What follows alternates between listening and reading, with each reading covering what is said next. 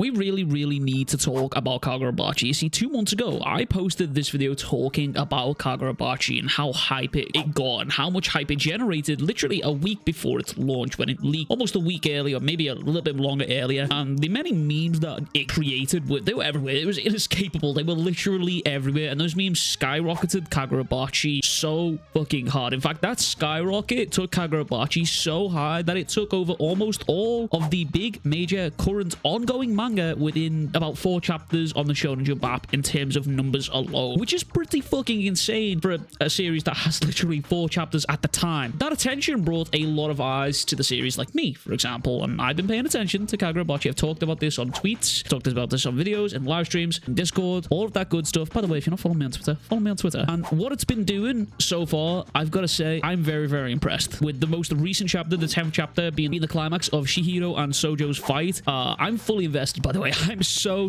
invested, but you should also be fully invested in that subscribe button because it really helps your man out. Shameless plug. This 10th chapter wrapped up the battle of Chihiro and Sojo, who were fighting over Char, a girl who's in possession of an ability to just regrow limbs like they're nothing, like motherfucking Deadpool or Wolverine or something. But it's this chapter here, in this fight in general, we get a deeper look into the powers of these enchanted blades, what the powers can do, more importantly, a deeper insight into our seemingly fierce big bad dude of the series, Sojo, who, by the way, is an absolute smoke demon, and he actually reminds me a lot of Mahito from Jujutsu Kaisen. You'll probably get those parallels as we go through the chapters here. He's someone who's just chaotic, still a novice apparently, but has the potential to be an absolute calamity.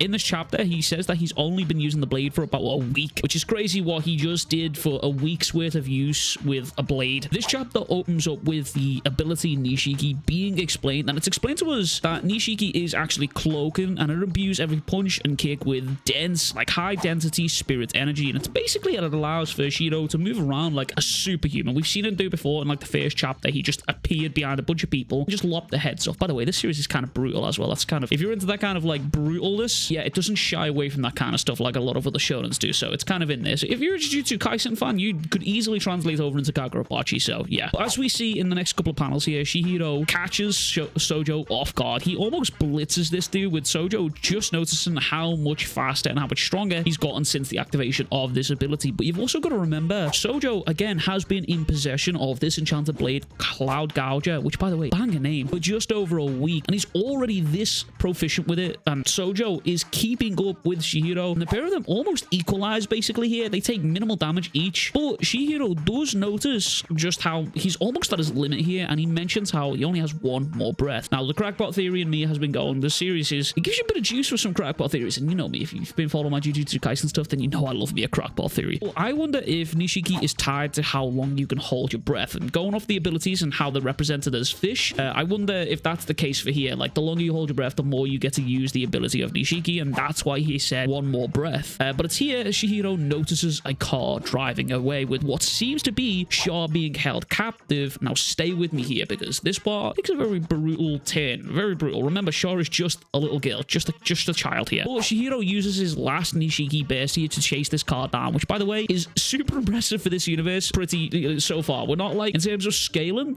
you know, we're not outside of City Block, I'm pretty sure, right now. So far, the biggest attack we've seen is a lightning bolt that was used in the last chapter. But in terms of speed, I feel like this is pretty fast. This dude is literally chasing a car. It's pretty damn impressive. But Sojo tries to stop this dude by activating Mei again, which is, if you didn't know or can't remember, Mei is the last massive lightning bolt that Sojo used in the previous chapter, and it almost one-shot Chihiro here, but it's quickly stopped by a wall that is summoned by one of the Kamunabi, who were basically just the elite sorcerers of this world. They're like the Cypher Pole 9. They're basically the fucking gods, the government agents of the world here, which again, by the way, Sojo is thinking about scrapping with all of these dudes right here, right now. The only reason he doesn't is because of these 2 motherfuckers right here, Azami and Shiba, who right now, these guys, they seem powerful, but we don't really have a grasp on their abilities. Shiba seems to be able to teleport, but he also be able to use that on other people because he did it to someone to interrogate them by just mashing his foot up. The sorcery is kind of sketchy. It's kind of all over the place, and a lot of it isn't kind of explained. It's more just sort of explained visually. I'm hoping at some point we do get more in-depth explanations of each and everyone's ability here. But Chihiro is speeding towards the car that he thinks Char is inside right now, being held captive, but it's not. That's not the case at all, because remember when I said Char can actually regenerate limbs? Yeah, it's actually Shaw's leg that they cut off in order to trick Chihiro thinking that she was in that car.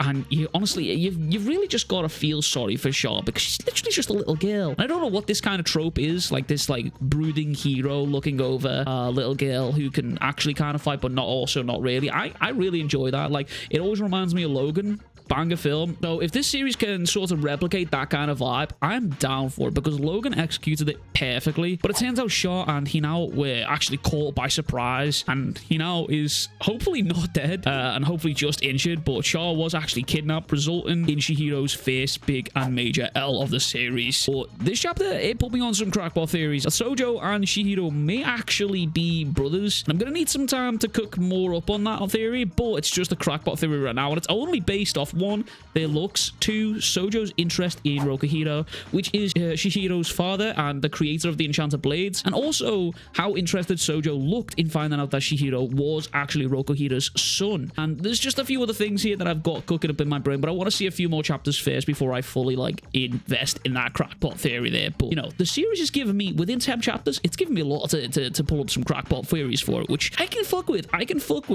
But that is everything from me. Seriously, you should read Kagurabachi. Like, all memes aside, you've probably seen memes left, right, and center, but this is actually a really good series. Takahiro is genuinely cooking something crazy with this series right now, and if you're a fan of Jujutsu Kaisen, you'll feel right home with this one. You'll feel like an easy fit. Like, we're at 10 chapters deep. It's got fantastic artwork, it's got fast pacing, and a story that has a lot of potential, and the fights are really fucking cool.